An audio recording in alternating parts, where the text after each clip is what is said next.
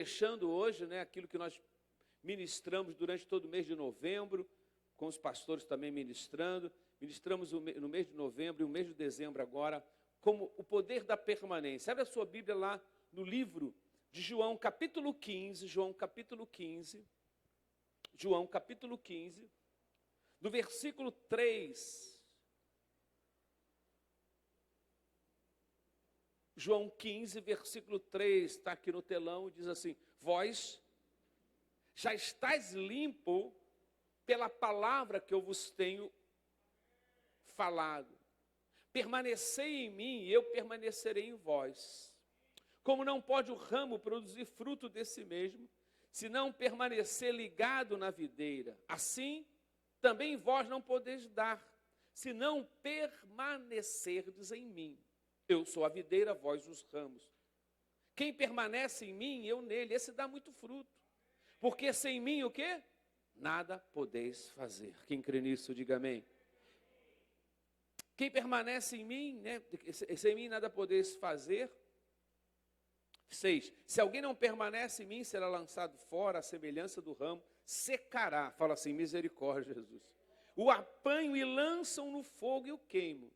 Se permanecerdes em mim, e as minhas palavras permaneceres em, pedireis o que quiseres, e vos será feito. Quem crê nessa palavra, diga amém. Levanta a sua mão direita e diga assim: Senhor Jesus, essa noite, eu abro a minha mente, o meu coração e o meu espírito, para receber a tua santa palavra, que é poderosa, em nome de Jesus. Querido João, capítulo 15, né? É um capítulo, né? Aliás, eu sou apaixonado pelo livro de João, já li várias vezes. Mas o capítulo 13, 14, 15, 16 e 17 é chamado o Sermão do Cenáculo, ou o discipulado do cenáculo. Jesus ali começa com 12 discípulos, no capítulo 13, logo no início. Aí no meio do capítulo 13, né, o traidor ele é declarado, ele é aberto. Judas sai, e aí Jesus começa a falar de coisas que são muito importantes, né? Um quarto do evangelho de segundo João, é passado nesse ambiente. É um ambiente fechado, é um ambiente de intimidade, é um ambiente muito intimista, muito profético do relacionamento de Jesus com os seus discípulos. E ali ele começa a falar algo que você não vai ver em outro evangelho. Você não tem isso em Mateus, você não tem isso em Marcos, você não tem isso em Lucas. Nem Lucas, que foi uma pessoa tão pragmática, tão detalhista quando escreveu o evangelho segundo Lucas, né? Ele não pegou esses detalhes, não pegou essas nuances que João escreveu. João foi aquele discípulo, foi o último discípulo a morrer. João morreu com quase 100 anos, ou um pouquinho mais de 100 anos, lá na igreja de Éfeso. Ele se tornou pastor da igreja de Éfeso. João é o discípulo que mais usa o verbo permanecer. Tão interessante.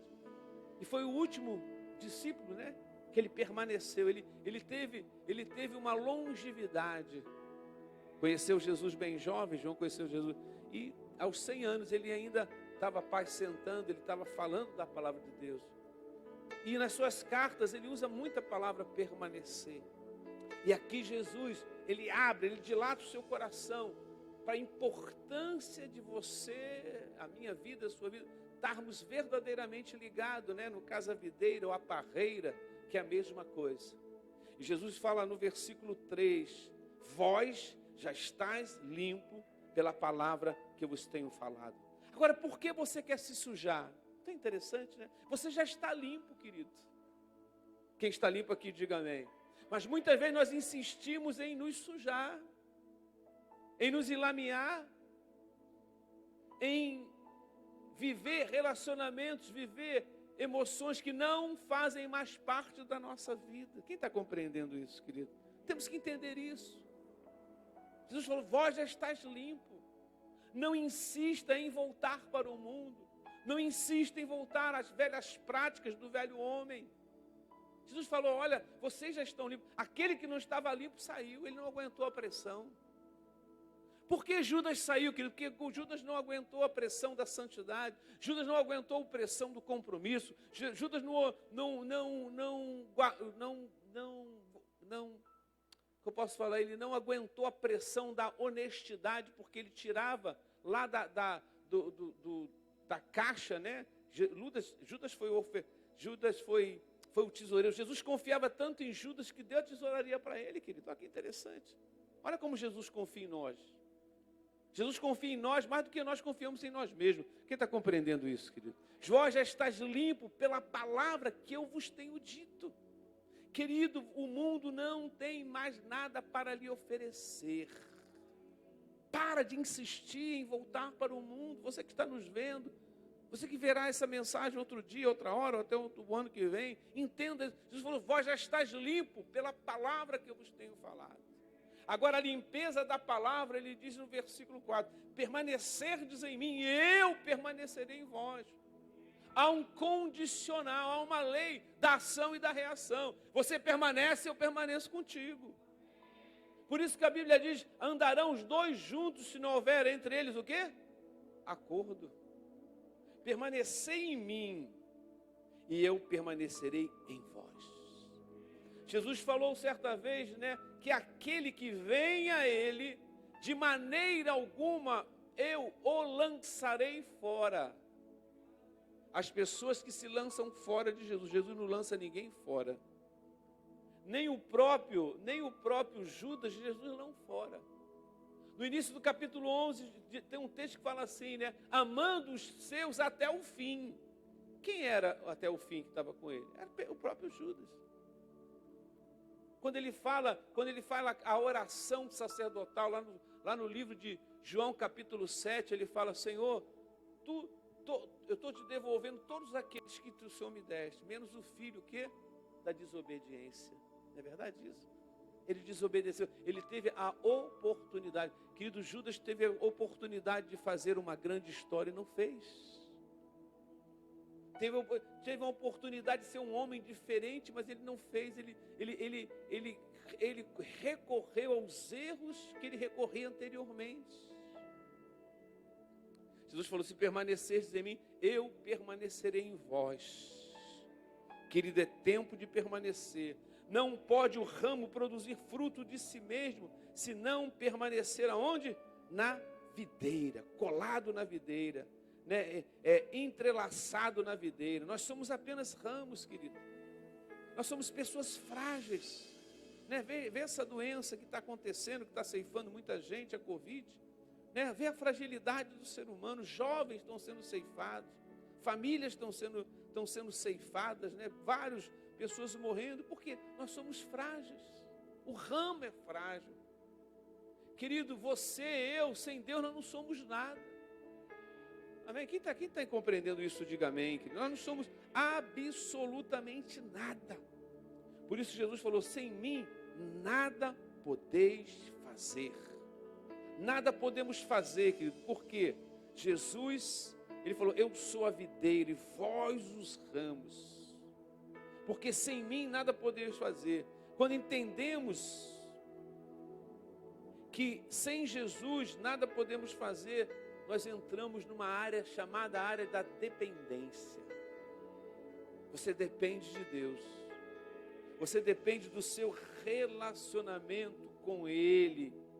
Quando entendemos isso, abre-se uma porta para nós compreendermos o projeto e a vontade de Deus. João capítulo 1, versículo 3, diz assim, todas as coisas foram feitas por intermédio dele. Todas as coisas foram feitas por intermédio dele. E sem ele, Jesus, nada o que foi, se fez. Todas as coisas foi feito, né, por intermédio dele, através dele. Então, quando você se aproxima do Pai, do Filho e do Espírito Santo, da Trindade Divina, você começa a entender que você não pode agir mais sozinho. E o apóstolo Paulo entendeu isso. E quando ele falou aquele versículo, né? Já não sou eu quem vive, mas Cristo o quê? Vive em mim. E esse viver que eu tenho na carne, eu vivo pelo Filho de Deus, que me amou e me salvou.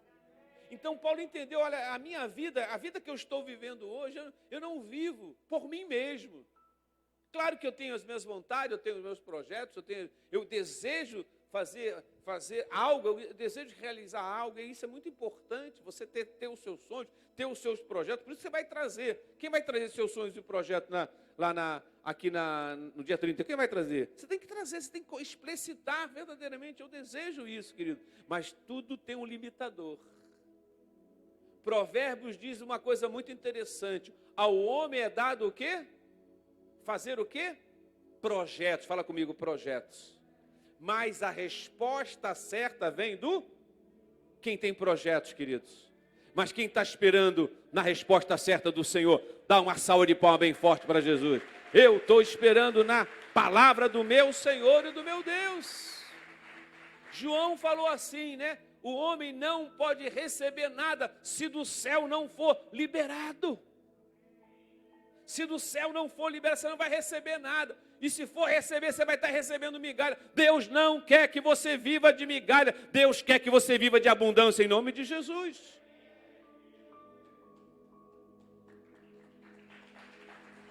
Colossenses, capítulo 1, versículo 16, o apóstolo Paulo diz assim, ó, pois nele, Jesus, foram criadas todas as coisas, nos céus, sobre a terra, as visíveis e o quê? As invisíveis.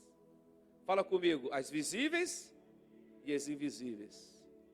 Sejam tronos, sejam soberanias, quer principado, quer potestade. Tudo foi criado por ele e para... Por ele e para... É o mesmo texto de João, por ele e para ele. Querido, tudo que você faz é por ele e para ele. Entenda isso, tudo que você vai ter, tudo que você tem, tudo que você será, tudo que você é para ele, é feito o quê? Tudo é feito, foi criado por ele e para ele. Tudo que você está almejando, Deus já fez. Por isso que o apóstolo Paulo assim, todas as coisas foram criadas por intermédio. Por ele, nos céus, na terra, as coisas visíveis e as coisas o quê? Invisíveis, sejam tronos. Por que fala de coisas invisíveis, querido? É aquilo que Paulo fala lá em Romanos 4, quando fala do nosso patriarca, né? De Abraão, quando Abraão o quê?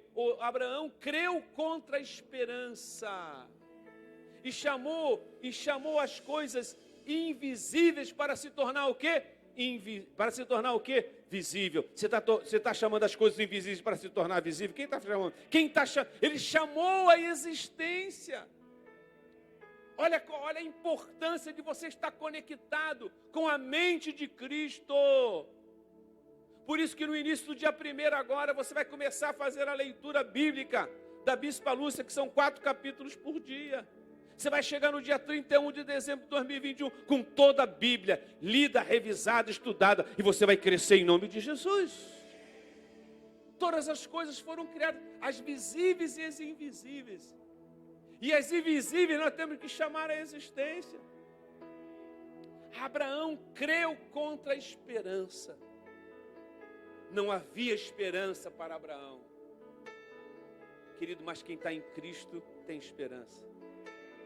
Porque sem Ele nada podemos fazer. E por Ele nós podemos fazer grandes coisas. João 15, versículo 6. Diz assim, se alguém não permanece em mim. Olha que coisa triste, querido. Esse ano foi um ano que muitas pessoas não permaneceram em Jesus. Muitas pessoas abandonaram a fé. Muitas pessoas abandonaram o ministério, abandonaram o chamado de Deus. Aí ele fala assim, se alguém não permanece em mim, mas bispo, ele abandonou, mas ele permanece. Como ele permanece? Se a razão do ser humano é ter o seu chamado. Querido, o chamado de Deus na sua vida é que pulsa, né? Que pulsa o desejo de fazer algo. O pulsar da vida. O pulsar da vida leva você a acordar bem cedo pela manhã. O pulsar da vida leva você a estudar. O pulsar da vida leva você a trabalhar. O pulsar da vida leva você a ter projetos. Olha que interessante. Tem jovens com 16, 17, 18, 20 anos que não tem mais projeto. A minha querida mãezinha que está morando no céu tinha tantos projetos, há 89 anos, quase 100 anos. E ela falava dos projetos dela, o que ela queria ainda realizar. E teve um dia, alguns anos, ela falou assim: Vlad, eu acho que eu estou ficando velha. Mas a senhora acha? Eu tenho quase certeza, brincando. O homem é dado aos projetos, mas a resposta certa vem do Senhor. E ele fala aqui, ó, se alguém não permanece em mim, esse será lançado fora. A semelhança do ramo secará, fala assim, misericórdia. E o apanham e lançam no fogo e o queimam. Esse queimar aqui vai ser para a eternidade. Eu não quero nem falar da eternidade do sofrimento, mas o queimo no sentido que a pessoa perde. Quando você sai do projeto de Deus, você perde a essência da vida. A Bíblia fala que os nossos olhos são a janela da nossa alma. Se os nossos olhos são o quê? São bons, todo o nosso corpo será bom. Amém, querido? Sabe como você conhece uma pessoa que ela está desfigurada, e agora muito mais ainda, quando você olha para os olhos dela. Reluz vida, ou reluz morte, ou reluz dúvida. Os nossos olhos, queridos, são a lâmpada. Lâmpada o quê? Ilumina. Se os seus olhos são bons, se os seus olhos transmitem vida, é importante isso, querido. É a janela da sua alma. Por isso que a Bíblia fala que os nossos olhos é a janela da nossa alma. E a nossa boca é o escoadouro da nossa alma também. A Bíblia diz assim, que a boca fala daquilo que o coração. Teu coração está cheio de quê? O teu coração vibra. Quando você ouve algo, você vê aquilo traz um palpitar dentro da sua vida. Aí você começa o que? A falar. Ah, mas fulano de tal não tem outra conversa, só essa conversa, né? De crente, de igreja, de célula, tá? É o momento dele, querido. Não critique o seu irmão. Tem esse momento na sua vida, que é um momento muito importante, que vai nortear e determinar a sua fé. Tudo aquilo que você empreende enquanto você é jovem, você cria uma pavimentação nesses anos. Esse é o ano do verdor da vida, é o ano que você pode desfrutar de algo, e nada melhor que você desfrutar da presença de Deus e fazer a vontade de Deus. E ele fala aqui, aquele que abandona, ele secará. Tanta gente seca, querido. Por isso que o livro de Ezequiel, se eu não me engano, né, fala do vale dos ossos secos. Essas pessoas precisam do sopro do Espírito Santo para reviver. Ele fala assim, se alguém não permanece, né, em mim, né, será lançado fora. Deus não quer lançar você fora em absoluto. Deus quer que você permaneça no centro da vontade dele. Essa é a vontade, querido. Esse foi a grande temática de Jesus nos capítulos do sermão do cenáculo, ou do discipulado do cenáculo, que você achar melhor. Ele abriu, ele dilatou o seu coração para falar daquilo que ele esperava dos seus discípulos. Nós fazemos os nossos livros de sonhos, amém ou não amém? Nós fazemos aquilo que nós esperamos que Deus faça.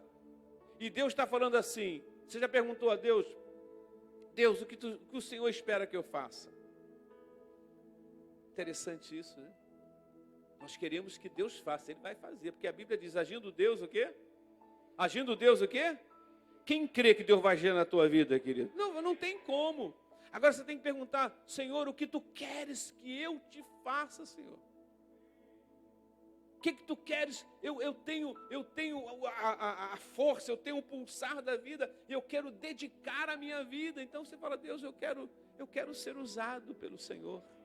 Eu quero ser instrumento pelo Senhor. E aí no versículo de número 7, João capítulo 15, versículo 7, ele diz assim, se permanecerdes em mim, e as minhas palavras permanecerem. Então tem dois tipos de permanência.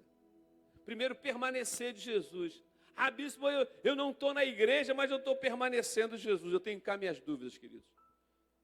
Porque a Bíblia, ela nos exorta a viver dentro de congregação. Alegrei-nos quando disseram, vamos para onde? Para a casa do Senhor. Você tem alegria de estar na casa do Senhor? Amém? Quem teve alegria? Quem está alegre de estar na casa do Senhor? Fala para o teu irmão, é o melhor lugar da terra. Uhul! Dá uma salva de palmas para o Senhor. É o melhor lugar da terra. O autor de Hebreus fala assim, olha, tem muitos que não mais se congregam. Ele fala assim, cuidado, porque a volta do Senhor está próxima. O que ele fala? A volta do Senhor está próxima para aqueles que vão subir e permanecer. E ele fala de congregação, ele fala de ajuntamento, ele fala de relacionamento na casa de Deus. Ele fala assim, se permaneceres em mim e as minhas palavras permanecerem em vós. Jesus tem que permanecer na nossa vida. E a palavra de Deus, ela tem que permanecer dentro de nós. Para quê? O final do Sermão do Monte, Jesus falou muito bem com relação a isso. É bom nós lembrarmos. Quando ele falou sobre o homem que edificou a sua casa sobre a rocha. E aquele outro homem que edificou a sua casa sobre a areia. Querido, projetos que não são edificados em Deus, são projetos que são edificados na areia. E tome cuidado, porque ele pode ser derrubado, pode ser derribado. Mas aqueles projetos e aquelas vidas que foram baseados na palavra de Deus, baseados na vontade de Deus, pode vir vendaval, pode vir rio transbordante, pode vir ventos que não vão destruir, porque a sua casa fora edificada sobre a rocha. Jesus diz assim, se permanecerdes em mim, e as minhas palavras permanecerem em vós, pedireis o que quiserdes. Então é interessante. Para aqueles que permanecem, ele fala assim, pedireis o que quiserdes e vos será feito. Olha que coisa. Por quê? Isso é um privilégio para quem permanece. É uma porta especial, né? Uma porta, é um relacionamento especial. Jesus falou assim, eu não vos chamo mais de servos. Eu vos chamo o quê? De amigos. Olha que coisa. Quem foi chamado amigo de Deus? Abraão. Na Bíblia, querido, poucos homens foram chamados amigos de Deus. Outros foram chamados de herói, outros foram chamados de conquistadores, mas Abraão foi chamado o quê? Amigo. Porque Abraão entendeu a mente de Deus. Abraão teve a capacidade de leitura daquilo que Deus queria. Ele obedeceu. Jesus fala assim, se você permanecer e obedecer, você pode pedir o que você quiser e vos será feito. Quem crê assim, diga amém. Aleluia. Querido, você vai para os melhores 4 dias da sua vida. Deus vai fazer grandes milagres. Você crê assim? Fique de pé, vamos adorar o Senhor. Depois nós vamos orar, pedir a unção, a graça, para que a nossa semana e a sua semana seja tremendamente sobrenatural em nome de Jesus.